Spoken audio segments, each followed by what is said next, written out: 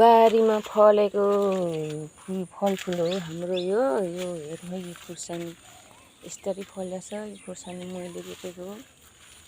कस्तो मजाले फल्न थालेछ कि यस्तो गरेर फल्छ क्या यतातिरै यस्तो भएर फल्छ है गाइसहरू।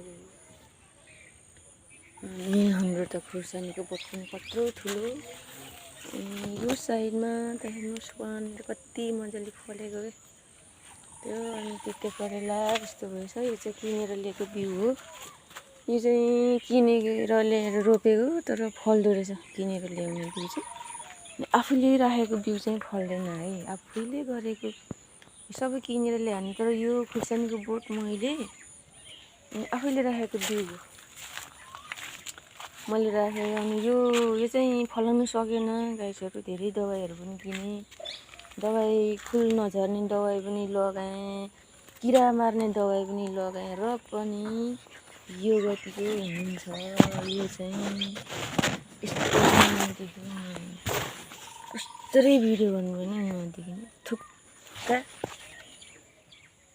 यसलाई क्या धेरै दबाई गरेँ मैले नहुने छैन।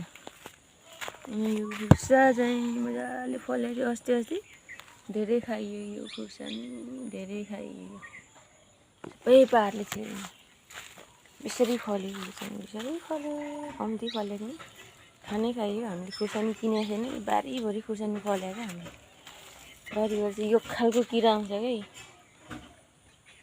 खै किरा देखाउँछ र फेरि मान्छेले मोबाइलले फेरि यो खालको किरा आउँछ क्या। किरा चाहिँ यसले चाहिँ सटाएको थुक्कै। जति दबाई गर्दा पनि नहुने के खालको मकै हो। यस्तो छ मकै चाहिँ खासै फलेन। अलिक सुक्ला भएछ। धेरै फुल तिते करेला यसरी फलेछ।